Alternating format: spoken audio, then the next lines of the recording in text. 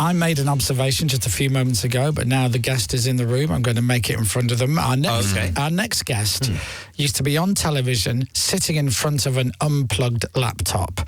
And then he would go home and then sit in front of a plugged-in laptop, and the rest is history. There we go. That's a nice line. Oh, the rest is entertainment. Ladies and gentlemen, Mr. Richard Osman. Hello, everybody. Morning, Richard. Lovely to see you again. It's lovely to see you. Always a pleasure to be here. He said he basically called me up last week. Yeah. He didn't really. I'm like, each of his number, and he said, "It's Chris. I've written another book. I'm hoping this one does well. Yeah. Because of the failed, embarrassing previous books. Your words, not mine." He said, "If there's any chance you could give it a tickle, I'm really hoping this could be a good. They could turn it into a drama on Channel 5 or something. Just for old time's sake. So Absolutely. Let me see what I can do." Thanks, man. I said, "We've got Stephen Fry coming in." He said, "Well, put him on first. He can be warm up. Absolutely. I'll be the headline act." Yeah, oh my God, here we go. What was Fry talking about? He gave you a little mention. He's in the new Oscar Wilde play, The Importance of Being Earnest. Yeah, but celebrity traitors we care about, really, isn't it? We actually didn't didn't get time to. And he obviously, like off air, he goes, "I can't talk about it. I can't say anything about it." We can though. But well, yes and no, because do you know stuff? I've never seen an episode. Are you kidding me? No. Yeah, it's really good. I know. I said to Stephen, I went, it's like saying to people, I don't breathe air. Yeah. Because they go, what? It's like when I told my wife I had never watched Top Gun. What? What? I've watched it now. Oh, right, you watch it now. Yeah. Okay, good. Don't you worry about that, but I hadn't done. Yeah, that's like traitors. Wow. You'd like traitors. Start with a celeb one. Well, no, I think what I'll do, because I've got, a good few series to watch. And so that all leads up nicely. So that's what I've got to do. And I've got friends who are like, "I'm so jealous you've never seen it because you now get to go back." Yeah, absolutely. It's like the Sopranos of reality TV. Yes. Isn't it? Yeah. You've got it all to come. It's so good. Are you on Celebrity Traitors? No, very much not. Would you have done it? Yes. Well, they said would I do it? I said I'd only do it if I was a traitor. Because that's where the most fun is. Of course. I think I'd feel if I was a faithful that you'd know every night that 3 people were up in that tower conspiring. Absolutely. And you'd be like, I'm some schmuck in my room, and it's not going to save me. People could still vote me off. So I'd feel like I was missing out on the party. You'd want to be the traitor, wouldn't you? Yeah, I think so. Definitely. I think so. How do you find the time to even watch television? And when you look at your workload, so like your past job, when you were working in TV and making TV and coming up with formats and all of that, would have been a very, very busy job. Weird hours, obviously, because generally TV films of an evening. Yeah. But you've got to be there all day. Yeah. And then that's all gone now, right? You've moved on. Yeah. But now you write your books, which is very time consuming. Yeah. And then, of course, the movie, which, did you have much to do with it? Nothing not at all. a thing. I absolutely left them to it because, as you say, my job is writing the books. That's my gig. And you got to do what you're good at and leave other people who are brilliant at what they do to do their job. I bet there are some writers, though, in your position who feel as though they're, I'm just going to pop down to the set and do all that sort of stuff. But you can't, because if you start rewriting a line, you have to rewrite the entire thing. Yeah, because you already did it. You just say, well, I know what this story is because I wrote it. Someone else has to have a go at it. So, yeah, when you're writing, I try and do one a year, but really it's 3 hours a day, maybe. So it's not like a proper job. So it is doable with a bit of discipline. The brain hurts all the time, but it's not, the time constraints is not too bad, and you're always looking for something to sit down in front of the telly and watch. So if I've written for 3 hours and there's a Celebrity Traitors on, yes please. When I started writing a good few years back, and because I didn't know how to write, I felt like I was like an imposter and I didn't know what I was doing. So I spoke to many people who wrote, many people who produced, and I found out basically whatever works for you when you write. So I got told there's a guy who writes for 2 hours a day. He writes from like midday till 2. And when 2 o'clock comes, beep, beep, beep, beep, goes off. He literally hits save, closes the laptop, and that's it. Even if it's mid-sentence. And then there are other people who sit there and go, right, I'm going to write a minimum of 2 pages. And that could take 15 minutes or it could take 3 hours. And everybody's different. And it's like, doesn't matter. I write a chapter every day. Is that what you do? But anyone at home who's got a book on the go, the key thing is just get it done. Do a bit every day. You know, if you've got a young family or long hours, if you can do a bit every day, you'd be amazed after 6 months, a year and a half, you'd be amazed what you have. But the key thing is do not go back and rewrite the bit you just did. Don't go back and go, I'm going to, actually that first chapter, I'm going to redo that, I'm going to redo it. Get it finished. Finish the whole thing. Yeah. Then you go back. Because you know what your story is. You know what it is then. And then you go back, make it good before anyone sees it. Do you plan, how much do you plan? So, for example, this is the new book, The Impossible Fortune. It made me cry. Oh, that's, listen, thank you very much. That's lovely to hear. I've not actually read it, but I heard it made your wife cry, so I thought that would go. Oh, that's good. Yeah, that's good. Do you plan this all out? Do you plot it all out, or do you have a rough idea and just start writing? Yeah, I don't plan anything out really. On this one, it's they've had a year off Thursday Murder Club, and Elizabeth, who's an ex-spy, had a very hard time in the last book. So I thought, okay, I need to get her back in the action somehow. And I just had the idea of she's sitting on a bench somewhere, a man comes up to her and says, someone is trying to kill me, can you help? And that's all I had. And then I thought, well, I'll sit down and write. And I've got the bench, I've got Elizabeth, I've got this guy, I don't know who he is. I gave him a name. Wow. He starts talking. I thought, why is someone trying to kill you though? What's so special about you? That's how I start. And then you go, oh, but if that happened, then maybe this would happen next. And I've got all my characters and I want things to happen to them as well. But in terms of the actual plot, that's brilliant. I'm always thinking, but what if? And then maybe this could happen next. So I usually think like maybe a chapter ahead. But that's it. There's no kind of notes on the wall. Right. There's no, this will happen. I never know who the murderer is, any of that stuff. I'm trying to entertain myself. Yeah. Would you ever, this has now just become a masterclass of for people who want to write. Would you ever, I'd say you're on chapter 3. Yeah. And you suddenly go, okay, so what they could do, so the reason for this is because of something that happened in the past, right?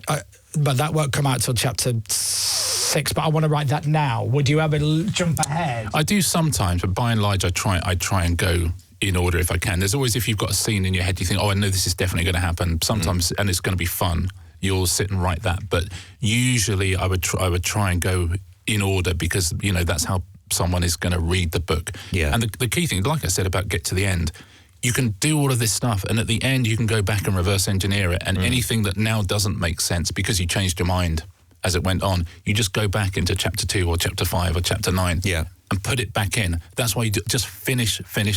That's the key. Get to the end of the damn thing, whoever that writer was who said that, wasn't it? You just crack on and just get to the end of it, basically. Exactly that. And then you go back and you make people think you're clever by absolutely tying up all the loose ends.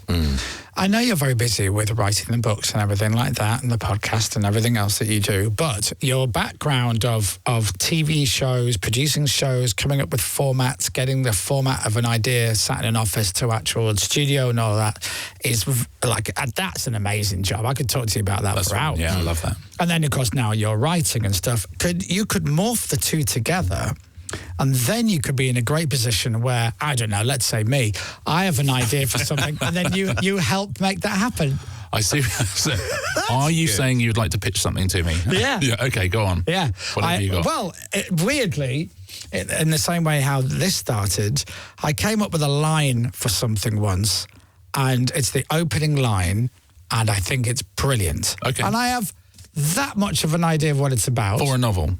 For a novel, and then a screenplay, might be something else. Okay. Would be, right? Go on. Which is someone is asleep and someone puts their hand on their shoulder and they go, "Wake up, you're dead." Oh, that's good. Oh, that's a really good title as well. Wake Up, You're Dead. Wake Up, You're Dead is a great title. Yeah. Yeah, that could be I don't have much more. Yeah, but do you know what? Genuinely, that is all you need sometimes. Sometimes, if I'm writing, I'll have a character walk in, I'll have people talk to each other, and the character will say something, and I'm like, what sort of human being would say that? That's really interesting. Who are you? And it comes from there. It sparks it off. That's the point. Do something that feels impossible, like wake up, you're dead, and then make it possible. Right. And that's a book. That's good. I often watch TV, and when I started writing, and I started watching TV in a different way, obviously, you start to hear the dialogue and whatnot and blah, blah, blah. And I would watch something like Happy Valley, right? The first season of Happy Valley. I don't know if you ever watched that. Yeah, I did. Loved it. And I think, how do these shows get to be made? Because let's just say I've written that, right? Yeah. And then I want someone to read it because I want them to tell me if it's any good or not. So I'll say to my girlfriend, I go, would you just read this? I've just written this. You would imagine at some point she's going to turn it over and go, you are sick. Where has this come from? He chopped up what with a meat cleaver? Yeah. Right, I'm going out. I'll see you later. Because it must be weird. But it's all it's in everyone's brains, isn't it? All that stuff. We love a locked door. My grandfather was a police officer down in Brighton, and I'd be 9 years old, and he'd be driving me down the street and say there was a murder there. That's a brothel, and just all of this stuff. We love all of that stuff because we know it's going on under our noses. Absolutely. Right. If you're in London or any big city, you know there's criminality everywhere. Yeah. You know there are weird hedge fund billionaires everywhere, and they're both hidden. It's all hidden, and that's the thing that we love. And if you can shine a light on those worlds, suddenly Wake Up You're Dead becomes a bestseller in 60 countries. Wake Up You're Dead. That's good, isn't it? Really good. Remember where you heard it first? It was really, really good. It's going to go nowhere. Normally when people say, I had this idea, and you go on, and they say, you go, yeah, I suppose. But Wake Up You're Dead, I'll give you that. Yeah. That's good. All right, well, I'll just need to write the other 500 pages now, whatever. Yeah, and by the way, this is really thick. You're really successful. You could have halved that. You can't. Hardbacks look thick. They're all the same. A book's supposed to be about 90,000 words. I learned that very early on, and I take that very seriously. I think the third book was 90,004 words. I've just opened it up. Oh my! Wow, Richard, the font is huge. you see? That's like 5 words a page. But there you go. That's how you get away with it. But no, that's all. I love books being the same. That's any crime novel you read, any thriller, that's roughly the length. And so it means that when you're writing it, when you're in the middle of it, you always know where you are. Yeah. So if I'm a reader, I would sort of know where I am. You know when you got to ratchet it up, you know when you got to draw it back a bit, you know where you can put some jokes in, you know when you got to speed it up at the end. If you know where you're headed in terms of numbers, you always know what to do. Yeah. Changing the subject slightly, do you get a piece of the back end of all the pointless repeats? No, I've never had a penny off any. Seriously, you messed up there. Oh, that's okay. I'm all right. You could have bought a car or something. You could have been. Wow. Had myself a Mazda. Skoda. That's what's sponsored by Skoda. Skoda. Yes. Yeah. Who wants a Mazda? No one. If you've been reading the books, then you will be itching to get this, and it's out tomorrow, isn't it? It is. Yeah. It's good. I think it's the best yet. So if people love Thursday Murder Club, honestly, it'll be a proper treat. Well, people do. Yeah. People are loving it. And also, we've met a few times. I don't know you very, very well, but I have this, which I think is slightly weird, but I think it should be more across, everybody should feel like this, rather. I'm really proud of you. Oh, I think it's brilliant. The fact that you were the guy who pretended you were sat in front of a laptop that wasn't even plugged in on telly, let's be honest, and then the success, the phenomenal juggernaut success of the books, and then Steven Spielberg goes, oh, that'll make a great film there. I mean, that's brilliant. It's fun, well isn't done. Incredible. Yeah, listen, all you got to do is get up in the morning and do work that you love. That's all you can do. Yeah. Do the thing you're best at and do it as well as you can. Did you not even have a director's chair with your name on the back or one of those? They did actually on the film, because they know what writers like. Firstly, they're thinking, okay, he's coming down to set today because Spielberg was there, so I came down to set, and they're like, right. What we definitely don't want is for him to give anyone any notes. Right. We don't want him talking to the actors and saying anything at all. To one side. Yeah. So why don't you take him into that tent and show him that there's a director's chair with his name on the back? Because they know that I'm going to be staring at that for like half an hour. Meanwhile, they're doing all the important work, and I'm like taking photos of my chair. I'm on the gram. Labrador puppies over that way. Oh, yeah. Wow. They have done that before. But then equally, they probably loved you because, you know, you probably turned up on set the first day and just in awe of everything. This is something that came out of your head and now it's reality. And there's James Bond over there and there's Gandhi. And then you must be like, I ain't saying nothing to any of these people. What am I going to say? I don't think... Piers, can you just do that line again? It's not how I had it in my head. You're just sitting there almost mute. And everyone going, he can come back anytime he likes. Come on, Helen, we can do that better. I signed Pierce's copy of the book and I spelled his name wrong. Oh my God, I was absolutely... That's the worst thing you can ever do in the whole world. Oh, that's lovely. I thought you meant he did it on purpose, which is even better. No, I didn't, but he's so handsome. I was really distracted. Yeah. I literally had to go and buy another copy of my own book so I could sign again and say, I'm really sorry I spelled your name wrong. Here's another one. Brosnan, big fan. Yeah. Well, The Impossible Fortune, Richard Osman, it is out tomorrow. And then we'll replay this on Saturday. Watch this. Yeah.